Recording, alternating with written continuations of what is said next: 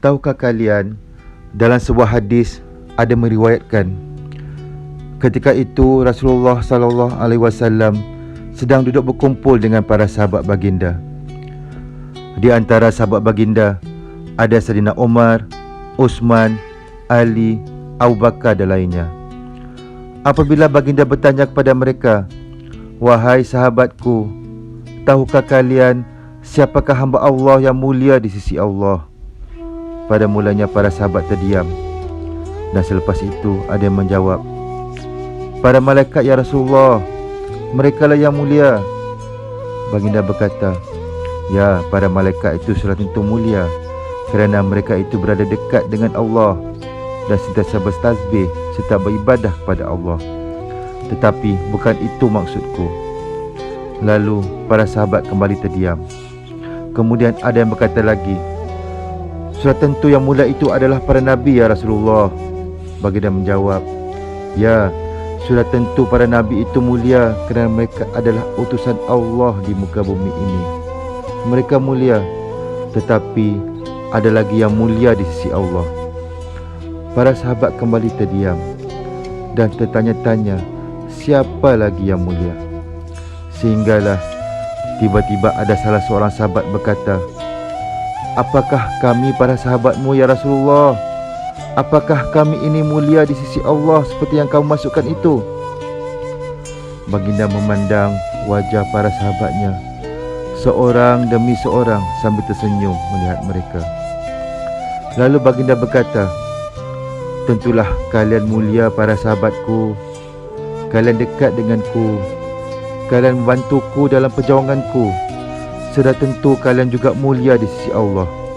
Tetapi ada lagi yang mulia." Para sahabat terdiam kembali dan tidak mampu berkata apa-apa lagi. Tiba-tiba Rasulullah SAW menundukkan wajahnya dan menangis di hadapan para sahabatnya. Para sahabatnya pun bertanya, "Mengapa kau menangis ya Rasulullah?"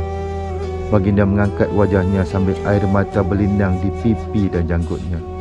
Baginda berkata, "Wahai saudaraku, sahabatku, tahukah kalian siapa yang mulia itu?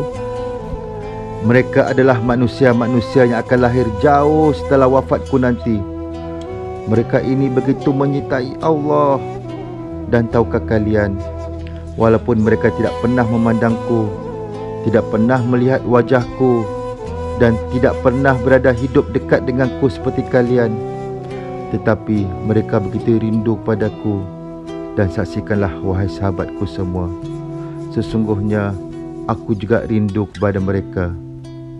Dan mereka yang mulia itu, merekalah umatku." Bayangkan di saat itu baginda menitiskan air matanya dan semua para sahabat turut menangis. Bayangkan betapa Nabi Muhammad SAW sentiasa merindukan umatnya, mendoakan umatnya setiap waktu. Ya Allah, cuba kita tanya kepada diri kita, tanyalah pada hati ini, kalau kita ini umat Nabi Muhammad SAW, sudahkah kita mencintai baginda yang sentiasa mendoakan kita itu? Sudahkah ada air mata kita berlinang kerana rindu kepada baginda? Siapakah idola dan ikon kita selama ini?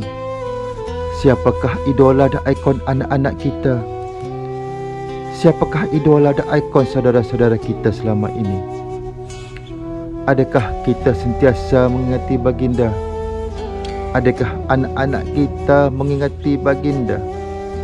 Adakah keluarga serta saudara-saudara kita mengingati baginda? Berapa kalikah kita berselawat mengingati baginda? Berapa kalikah anak-anak kita berselawat mengingati baginda? Berapa kalikah keluarga serta saudara-saudara kita berselawat mengingati baginda? Betapa kita, anak-anak kita, keluarga serta saudara-saudara kita begitu lalai kepada Rasulullah SAW, sedangkan baginda sentiasa mendoakan kita. Betapa kita ini tidak lagi ada rasa cinta kepada baginda. Kita lebih bangga dengan menjadikan artis-artis, pemain-pemain sukan yang dikatakan hebat untuk menjadi idola dan ikon kita. Allahu Akbar. Betapa kita ini terlalu lalai hidup di dunia ini. Kita lalai dalam mendidik diri, mendidik anak-anak, mendidik keluarga serta saudara-saudara kita untuk mencintai Nabi Muhammad sallallahu alaihi wasallam. Sudah berapa lama kita lalai? Sudah berapa lama kita tidak mengingati Nabi Muhammad sallallahu alaihi wasallam?